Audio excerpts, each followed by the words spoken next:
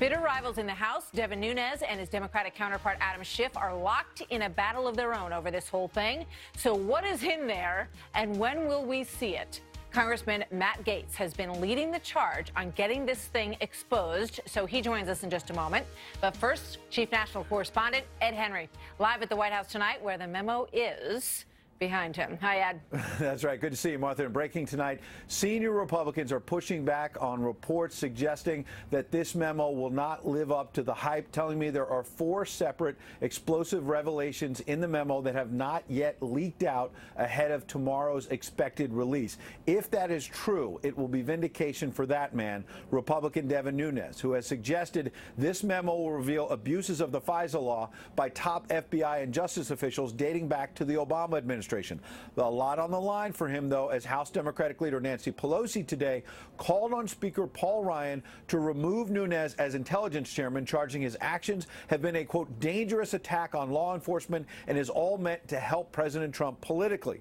A senior White House official, meanwhile, suggested the president is going to tell Congress, again likely tomorrow, he does not object to the public release of this memo. Then it would be up to the House, not the White House, to actually release it publicly. The top Democrat on the panel, Adam Schiff, has pushed back on Nunes' claim that he made only minor grammatical fixes to the memo before sending it here to the White House, a Democrat charging it was secretly altered to tar the FBI and the Justice Department, a claim hotly disputed by Republicans like Speaker Paul Ryan, who gave Nunes some cover.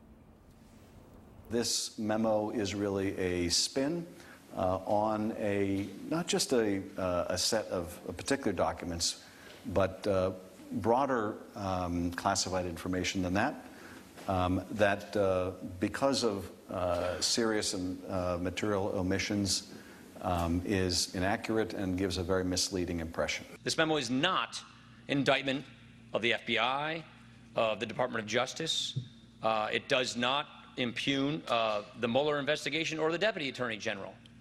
What it is the Congress's legitimate function of oversight to make sure that the FISA process is being used correctly, and that if it wasn't being used correctly, that needs to come to light and people need to be held accountable. Now, just moments ago, the former FBI Director James Comey went off on Twitter invoking McCarthyism, writing, "All should appreciate the FBI speaking up. I wish more of our leaders would. But take heart, American history shows that in the long run, weasels and liars never hold the field so long as good people stand up. Not a lot of schools or streets named for Joe McCarthy." Now, that mention at the beginning of the FBI speaking up, a reference to the statement put out yesterday by his successor, current FBI Director Christopher Wray, that this memo should be kept under wraps. Meanwhile, CNN claimed today that Wray was threatening to resign if the president lets this memo out. NBC News knocking that down as false. And we should note that people who have seen this Republican memo have suggested that James Comey will have some explaining to do, which may explain that fiery tweet, Martha.